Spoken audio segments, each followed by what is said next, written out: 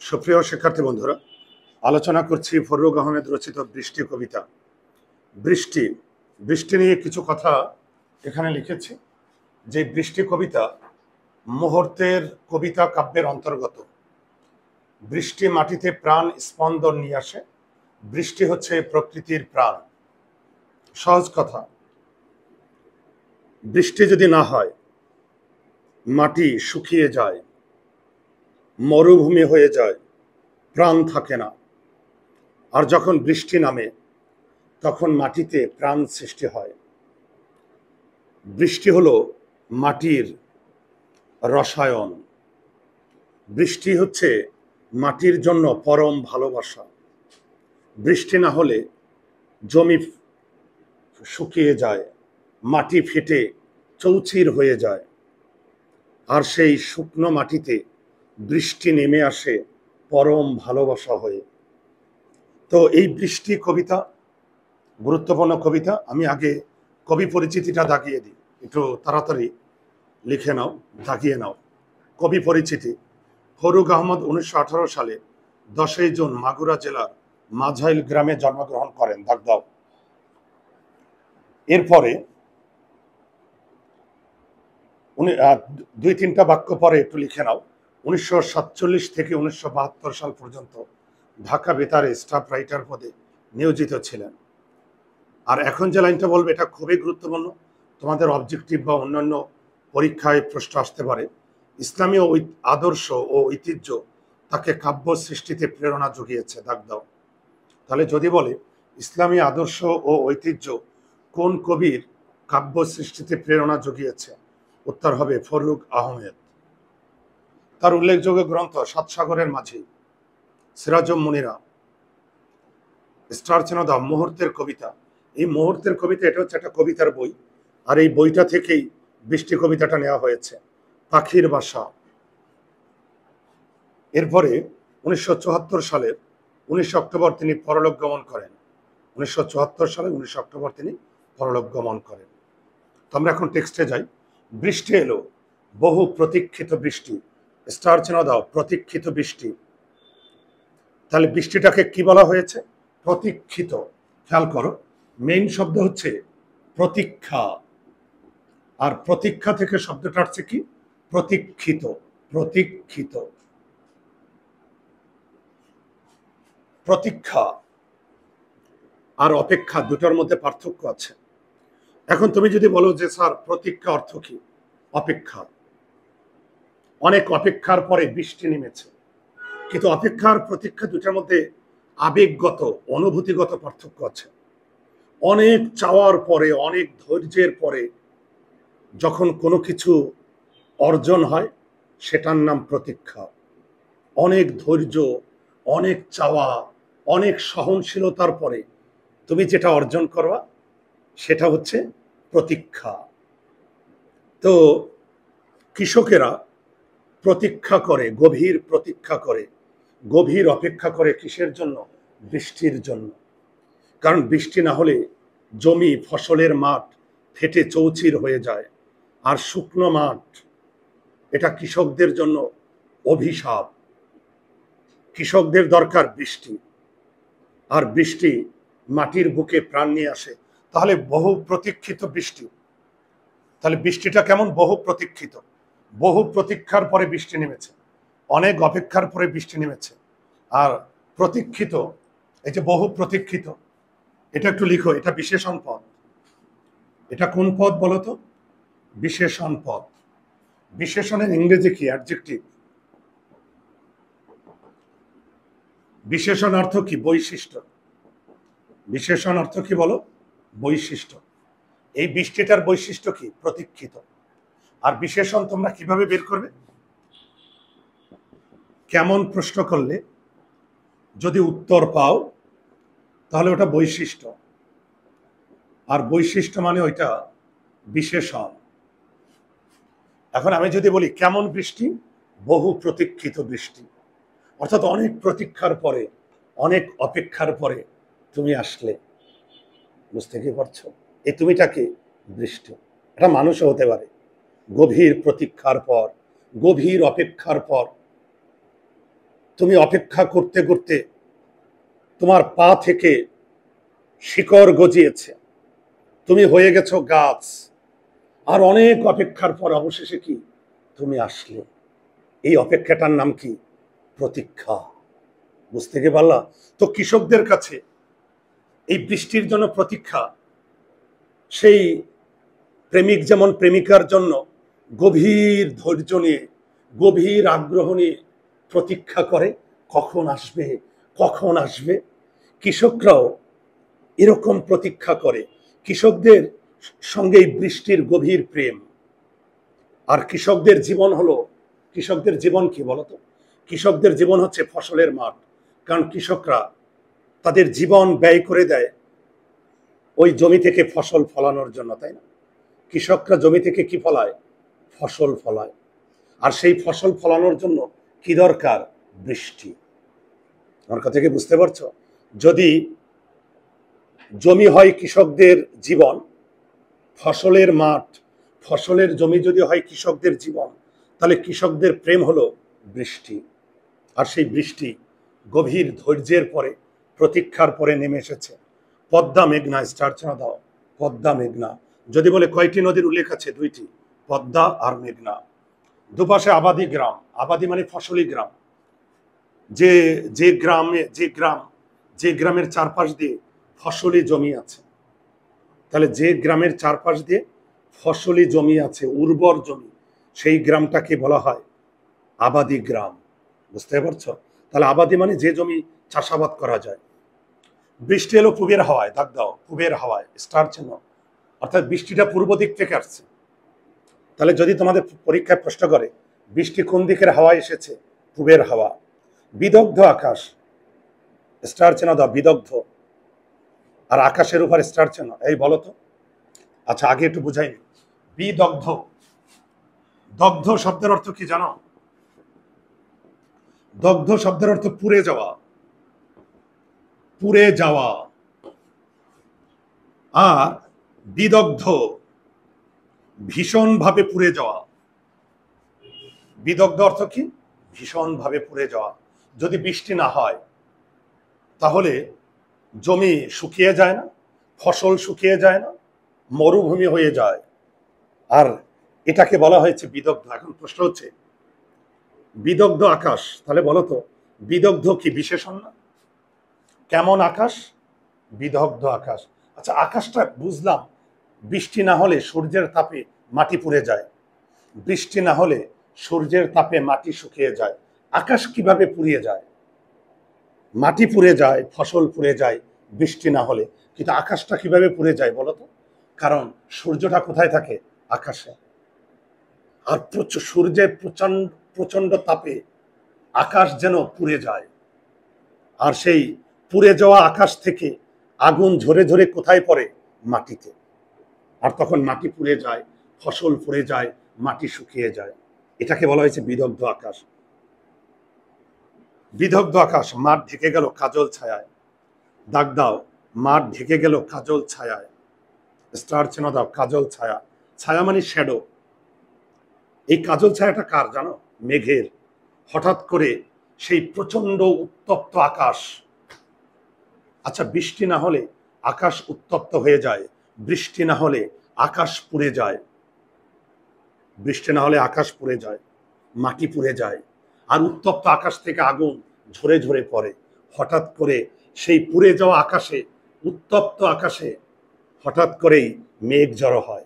আর আকাশে যখন মেঘ জড়ো হয় তখন এই মেঘলা আকাশের শ্যাডো, ছায়া কোথায় পড়ে? মাটিতে।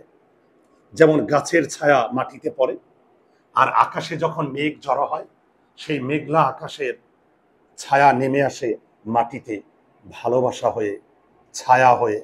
যেমন ক্লান্ত পথিক দেখবা গাছের ছায়ায় বিশ্রাম নেয়, তেমনি আকাশে যখন মেঘ হয়, মেঘলা আকাশ, তখন একটা ছায়া পড়ে মাটির উপর।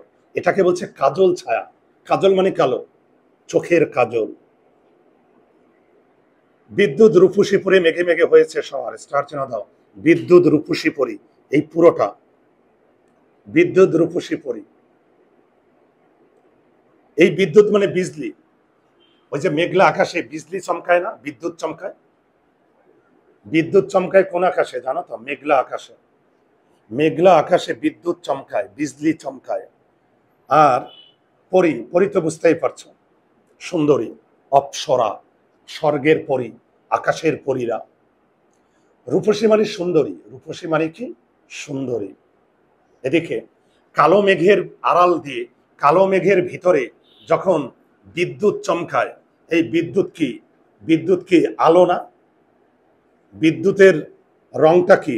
বিদ্যুৎ যখন চমকায় চারদিকে আলোকিত হয় না, ফর্সা হয়ে যায় না হঠাৎ করে?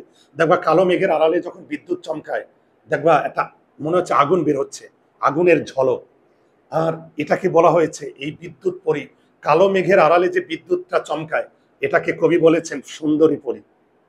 সুন্দরীর পরী, সুন্দরী পরীর যেমন রূপের ঝলক থাকে, সুন্দরী পরীর যেমন রূপের ঝলক থাকে, ওই কালো মেঘলা আকাশে যখন বিদ্যুৎ চমকায়, তখন কবির কাছে মনে হচ্ছে রূপসী পরী, সুন্দরী পরী। কি করছে সে? মেঘে মেঘে হয়েছে সওয়ার। স্টার চিহ্ন দাও, সওয়ার। সওয়ার মানে বুঝো? আরোহী। সওয়ার অর্থ হচ্ছে আরোহী, চড়ে বসা, মেঘের উপর চড়ে বসা। যেমন আমরা বলি ঘোড় সওয়ার, ওই যে ঘোড়ার উপর চড়ে বসে। ঘোড় সওয়ার অর্থ কি জানো? ঘোড়ার পিঠে যে চড়ে বসে, ওটাকে বলে ঘোড় সওয়ার। আর মেঘে মেঘে হয়েছে সওয়ার, অর্থাৎ কবি কল্পনা করেছেন এই বিদ্যুৎ রূপসী পরী, এই সুন্দরী পরী যেন ওই মেঘের উপর চড়ে বসেছে। যেমন তোমরা ঘোড়ার পিঠে উঠে ঘোড়ার পিঠে চড়ে বসো না, ওইটাকে বলে ঘোড় সওয়ার। আর আমাদের কবি কল্পনা করেছে সুন্দরী রূপসী পরী কিসের উপর চড়ে বসছে? মেঘের উপর চড়ে বসছে। দিক দিগন্তের পথে অপূরব আভা দেখে তার। দিক দিগন্ত বুঝো? দিকের শেষ প্রান্ত। একটা যে কোনো একটা দিকের শেষ আছে না? যে কোনো একটা দিকের শেষ আছে, এটাকে বলছে দিক দিগন্ত। অপরূপ মানে সুন্দর, আর আভা মানে আলো। আভা অর্থ কি? আলো। এই আলোটা কার আলো? ওই বিদ্যুৎ। ওই যে কালো মেঘের আড়ালে যে বিদ্যুৎটা চমকায়, এই কালো মেঘের আড়ালে যে বিদ্যুৎ চমকায়, ওই কালো মেঘের আড়ালে বিদ্যুৎ চমকালে আলোর ফ্ল্যাশ হয় না, ওইটাকে বলছে আভা। অপরূপ আভা দেখে তার বর্ষণ মুখর দিনে। স্টার চিহ্ন দাও, বর্ষণ মুখর। বর্ষণ মুখর এটাও বিশেষণ। কেমন দিন? বর্ষণ মুখর দিন। দিনের বৈশিষ্ট্য হচ্ছে বর্ষণ মুখর, অর্থাৎ বৃষ্টির রিমঝিম সুরে দিনটা মুখরিত হয়। মুখর মানে কি? সাউন্ড। বৃষ্টি কি রিমঝিম রিমঝিম শব্দ হয় না? ঝমঝম, ছমছম, রিমঝিম। সেই রিমঝিম বৃষ্টি যখন নামে, তখন বৃষ্টির সুরটাকে বলা হয়েছে বর্ষণ মুখর। আর ওই দিনটা হচ্ছে বর্ষণ মুখর দিন। অরণ্য, অরণ্য মানে বন, জঙ্গল। কেয়া শিহরা। স্টার চিহ্ন দাও, কেয়া। স্টার চিহ্ন দিয়েছ? কেয়া, স্টার চিহ্ন দাও। কেয়া হচ্ছে একটা ফুলের নাম। কেয়া গাছ আছে, কেয়া ফল আছে। আমার কথা থেকে বুঝতে পারছো? কেয়া হচ্ছে একটা গাছের নাম। এটা তোমরা যারা সেন্ট মার্টিন দ্বীপে গেছো, বই সমস্ত অঞ্চলে, সমুদ্র সৈকত গুলোতে, দেখবা কেয়া ফল বিক্রি করে। আমার কথা থেকে বুঝতে পারছো? তারপর হচ্ছে কেয়া ফুল আছে। তো এখানে কেয়া শিহরায়, কেয়া হচ্ছে একটা গাছ, কেয়া ফুল গাছ। আর শিহরায় মানে হচ্ছে শিহরিত হয়। শিহরিত হওয়া বুঝো? রোমাঞ্চিত হয়, উত্তেজিত হয়, আনন্দিত হয়। বৃষ্টির ফোঁটা যখন গাছের উপর পড়ে, কেয়া গাছের উপর পড়ে, তখন কেয়া গাছের শরীর আনন্দে নেচে ওঠে। আর তোমাদের কাছে বৃষ্টিটা কেমন জানো? তোমাদের কাছে বৃষ্টিটা হলো, তোমরা বৃষ্টিটাকে ভয় পাও সন্ত্রাসের মতো, ছিনতাইকারীর মতো। বৃষ্টি দেখলেই ভয়, পালিয়ে যাও। যেমন ছিনতাইকারী দেখলে, সন্ত্রাসী দেখলে ভয়ে পালিয়ে যাও, তাহলে তোমাদের কাছে বৃষ্টি কিসের মতো? তোমাদের কাছে বৃষ্টি কোনো রোমান্টিকতা না, তোমাদের কাছে বৃষ্টি কোনো প্রেম না, তোমাদের কাছে বৃষ্টি কোনো ভালোবাসা না। তোমাদের কাছে বৃষ্টি সন্ত্রাসের মতো, ছিনতাইকারীর মতো, দেখলেই পালিয়ে যাও। আমার কথা কি বুঝতে পারছো? আর আমাদের এই বৃষ্টিটা যখন হয়, তখন কেয়া গাছের উপর, গাছের পাতায় পাতায় যখন বৃষ্টির ফোঁটা পড়ে, আনন্দে কেয়া গাছের শরীর নেচে উঠে, আনন্দিত হয়। এই নেচে ওঠা, আনন্দিত হওয়া, এটাকেই বলছে শিহরিত হয়। রৌদ্র দগ্ধ ধান ক্ষেত। স্টার চিহ্ন দাও, রৌদ্র দগ্ধ। এই রৌদ্র দগ্ধ এটাও বিশেষণ। কেমন ধান ক্ষেত? রৌদ্র দগ্ধ। ধান ক্ষেতের বৈশিষ্ট্য রৌদ্র দগ্ধ। বৈশিষ্ট্য বোঝালে বিশেষণ। আর রৌদ্র দগ্ধ, দগ্ধ মানে পুড়ে যাওয়া, দগ্ধ মানে কি বাবা? পুড়ে যাওয়া। প্রচন্ড রৌদ্রে ধান ক্ষেত পুড়ে যায়। তোমরা জানো বৃষ্টি যদি না হয় তাহলে প্রচন্ড রোদে ধান ক্ষেত পুড়ে যায়, আর সেই রৌদ্রদগ্ধ ধান ক্ষেত আজ তার স্পর্শ পেতে চায়। দেখবা তোমার শরীরে যদি আগুন লাগে, তোমার শরীর যদি আগুনে আগুনে ঝলসে যায়, তাহলে তোমার পুরা শরীর কি চাইবে জানো? একটু ঠান্ডা পানি। জানো তো, পুরা শরীরে আগুনে যদি পুড়ে যায়, সেই ঝলসানো শরীরে কি ঢালতে হয়? পানি। আর প্রচন্ড রোদে কৃষকের ধান ক্ষেত পুড়ে গেছে, আর সেই পুড়ে যাওয়া ধান ক্ষেত কি চায়? একটু শীতল বৃষ্টি। যে শীতল বৃষ্টি এই ধান ক্ষেতের বুকটা জুড়াবে। নদীর ফাটলে বন্যা আনে পূর্ণ প্রাণের জোয়ার, এটা অনুধাবন। পাশে লিখে অনুধাবন। নদীর ফাটলে বন্যা আনে পূর্ণ প্রাণের জোয়ার, এটা অনুধাবন। তোমরা জানো যে বৃষ্টি ভালোবাসা, যে বৃষ্টি কৃষকের জন্য প্রেম হয়ে আসে, যে বৃষ্টি মাটির জন্য ভালোবাসা হয়ে আসে, সেই বৃষ্টি নদীতে, তোমরা জানো প্রচন্ড বৃষ্টি হলে নদীর পানি ওভারফ্লো হয়। প্রচন্ড বৃষ্টি হলে নদীর পানি কি উপচে পড়ে না? আর যখন নদীর পানি উপচে পড়ে তখন বন্যা সৃষ্টি হয়, ফ্লাড, প্লাবন সৃষ্টি হয়। আর তোমরা জানো নদীর ফাটল, নদীর ফাটল বুঝো? ওই যে নদীর দুপাশ দিয়ে বাঁধ থাকে না, বেড়িবাঁধ বলি আমরা।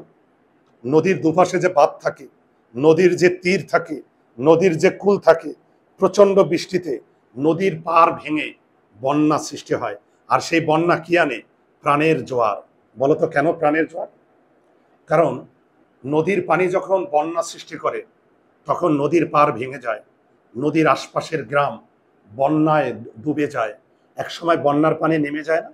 আর বন্যার পানি যখন নেমে যায় তখন পলিমাটি জড়ো হয় সব জায়গায়। তোমরা জানো নদীর পানিতে কি থাকে? পলিমাটি। বন্যার পানি নেমে গেলে তখন চারদিকে দেখবা কাদা কাদা হয়ে যায়, আর সেই কাদাটাই হচ্ছে পলিমাটি।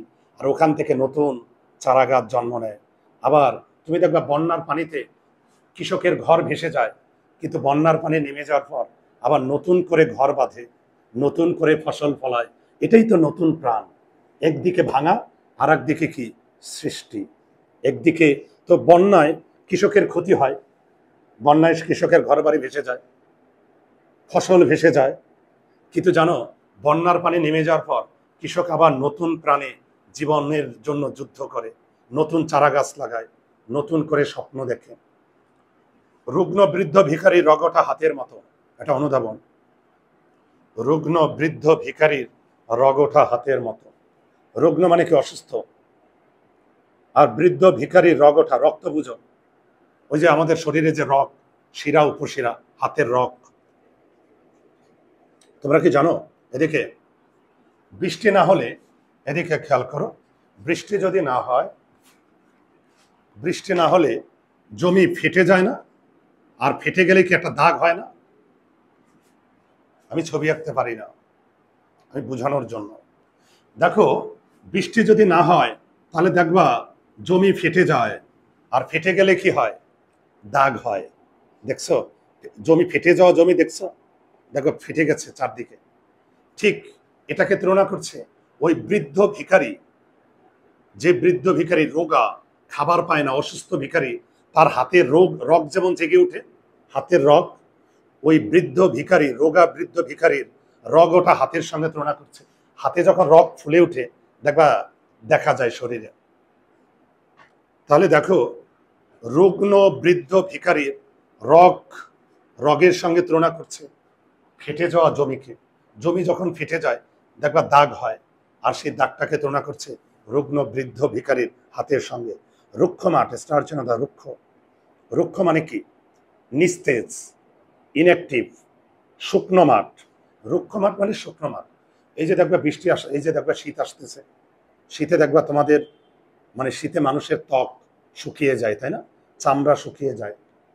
ওকে, তো দেখবা শীতে যখন আমাদের চেহারা শুকিয়ে যায়, মুখ শুকিয়ে যায়, তখন আমরা ক্রিম ব্যবহার করি, কত কিছু ব্যবহার করি। তো জানো বৃষ্টি না হলে জমি শুকিয়ে যায়, মাঠ শুকিয়ে যায়, আর তখন সেই শুকনো মাঠের জন্য ফেয়ার অ্যান্ড লাভলির ভালোবাসা হয়ে আসে কি? বৃষ্টি। ওই দাগ দূর করে দেয়। ফেয়ার অ্যান্ড লাভলি যেমন দাগ দূর করে দেয়, এই আমি আবার মার্কেটিং করি নাই কিন্তু, খবরদার। ফেয়ার অ্যান্ড লাভলি একেবারে সেই মানে বহু মানে সবচেয়ে প্রাচীন মানে পুরাতনতম একটা ক্রিম, যেটা তোমার মা বাবা দাদা দাদি নানা নানি সবাই ব্যবহার করছে। ফেয়ার অ্যান্ড লাভলি সবাই জানে, এই জন্য কিন্তু ব্যবহার করছি। এই কোম্পানি থেকে মিঠু স্যার কোনো টাকা পয়সা খায় নাই যে ক্লাসের মধ্যে মিঠু স্যার ক্রিমের বিজ্ঞাপন দিয়ে দিয়েছে, খবরদার। আচ্ছা, তো দেখো আমি তুলনা করেছি, বৃষ্টি শীত আসলে চেহারা শুকিয়ে যায়, তখন আমরা ক্রিম ব্যবহার করি।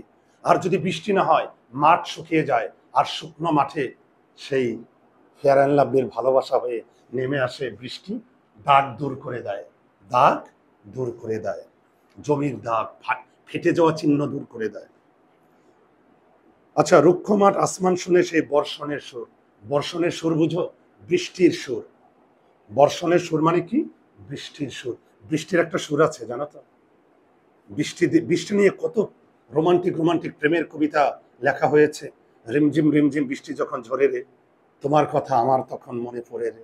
হ্যাঁ, এরকম কত গান আছে।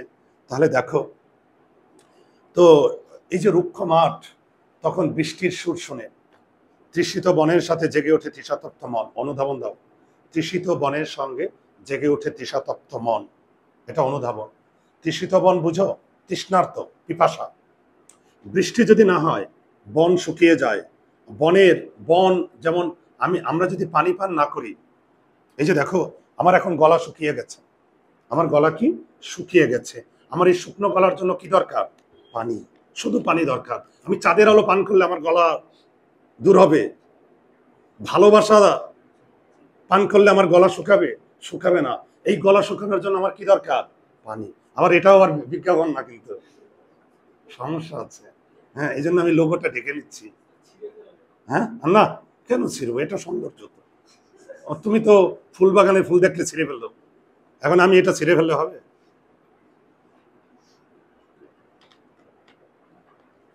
এই জন্য আমরা যারা যে কন্টেন্ট বা ভিডিও তৈরি করি, আমাদের কাছে অনেক কিছুই মার্কেটিং এর জন্য থাকে, তাই না? হ্যাঁ, কিন্তু আমি কোনো মার্কেটিং এর জন্য কিছুই করি না।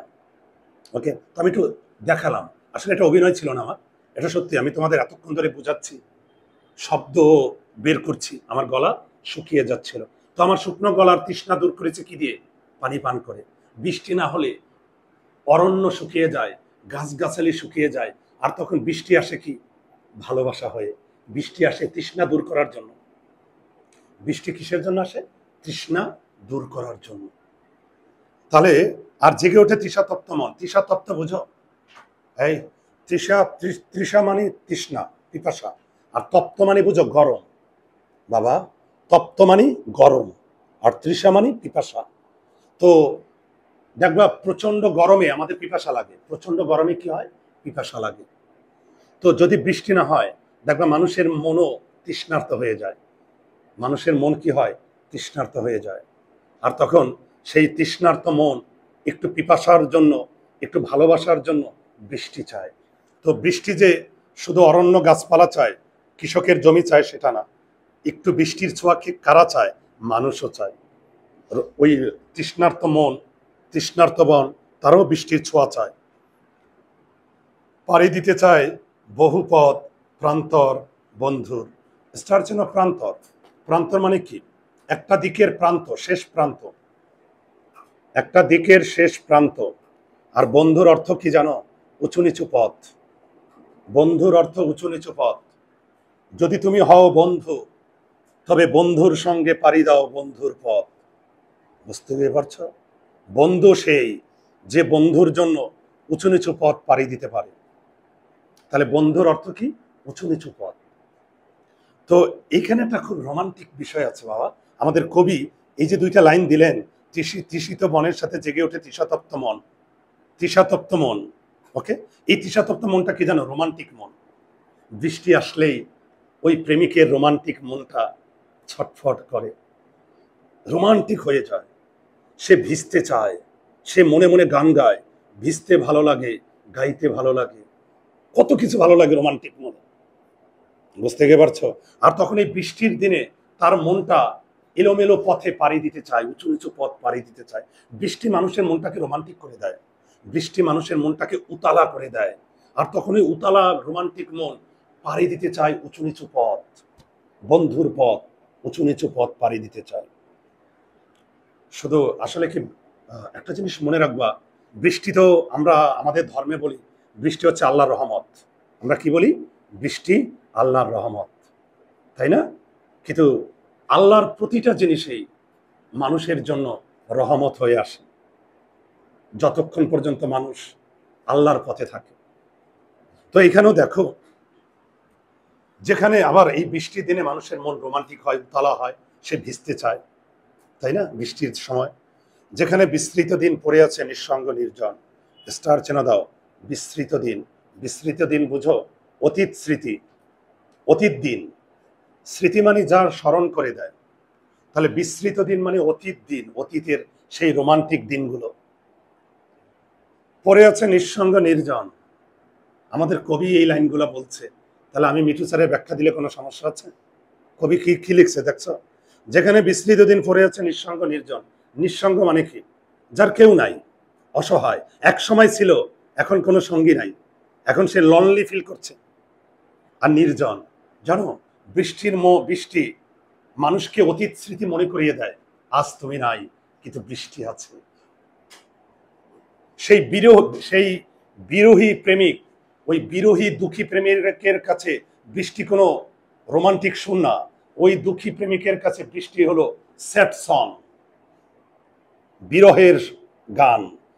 এদিকে খেয়াল করো, তাহলে ওই দুঃখী, ওইটা রাখো, এখানে মন্ত্র পাঠ হইতেছে, যন্ত্র বন্ধ করো, এটা রাখো, রাখো। তো যেটা আমি বলেছি, বৃষ্টি ওই দুঃখী প্রেমিককে, নিঃসঙ্গ প্রেমিককে তার অতীত স্মৃতি মনে করিয়ে দেয়। হয়তো ওই দুঃখী প্রেমিক যখন রোমান্টিক অবস্থায় ছিল, তখন ওই কৃষ্ণচূড়া গাছের সঙ্গে তার অনেক স্মৃতি জড়িয়েছিল। বৃষ্টিতে সেই কৃষ্ণচূড়া গাছে কত প্রেম ছিল, কত ভালোবাসা ছিল। আজ বৃষ্টি আছে, কৃষ্ণচূড়া গাছটাও আছে, শুধু তুমি নাই, শুধু তুমি নাই। তখন এই বৃষ্টি ওই বিরহী প্রেমিককে উতলা করে দেয়, তার মনটাকে অ্যাবসেন্ট মাইন্ডেড করে দেয়, কারণ বৃষ্টি মনে করে দিয়েছে তার অতীত স্মৃতি। তো একজন শিল্পী আছে, তাহসান, একজন শিল্পী, ওই যে, তো ওর একটা গান আছে বেইলি রোডের, আজ তুমি নাই কিন্তু বেইলি রোডের সেই বৃষ্টি আছে। আজ তুমি নাই কিন্তু বেইলি রোডের সেই বৃষ্টি আছে। তাহলে দেখো, আর তারপরও দুঃখ কষ্ট ভুলে আমাদের এগিয়ে যেতে হবে, তাই না? দুঃখ কষ্ট ভুলে এগিয়ে যেতে হবে। আজ যে তোমার সঙ্গে আছে, সে মানুষটা চিরদিন তোমার সঙ্গে নাও থাকতে পারে, তো জীবনটা এগিয়ে যেতে হবে না? বৃষ্টি, কই বৃষ্টি তো তোমার দুঃখে, বৃষ্টি কি তোমাকে সান্ত্বনা দিয়েছে? দেয় নাই। বৃষ্টি তোমার স্মৃতিকে মনে করিয়ে দিয়েছে, যেই বৃষ্টিতে আমি ভিজতাম, এই বৃষ্টিতে কত প্রেম ছিল, কত রোমাঞ্চ ছিল, আজ তুমি নেই। অতীত স্মৃতি মনে করিয়ে দিয়েছে বৃষ্টি। সেখানে বর্ষার মেঘ জাগে আজ বিষণ্ণ মেদুর। স্টার চেনা দেন, বিষণ্ণ। বিষণ্ণ আর মেদুর দাগ দিয়েছেন? তো বিষণ্ণ শব্দের অর্থ কি? দুঃখ। ওকে, আর মেদুর শব্দের অর্থটা একটু লিখেন। মেদুর শব্দের অর্থ হচ্ছে দুঃখ, কষ্ট, এটাকে বলছে মেদুর। জানো, মেদুর শব্দের অর্থ দুঃখ, কষ্ট, আবার বিষণ্ণ অর্থ দুঃখ, কষ্ট। নিঃসঙ্গ মানুষের কাছে বৃষ্টি বেদনা, বিরোহী প্রেমিকের কাছে বৃষ্টি কি? বেদনা। আমার কথা কি বুঝতে পারছো? নিঃসঙ্গ সিঙ্গেল মানুষের কাছে বৃষ্টি কি? দুঃখ, বেদনা, হতাশা। তো আসলে এই বৃষ্টি কবিতা একটা সুন্দর কবিতা। এই বৃষ্টি কৃষকের জন্য ভালোবাসা, কৃষকের জন্য প্রেম, মাটির জন্য ভালোবাসা।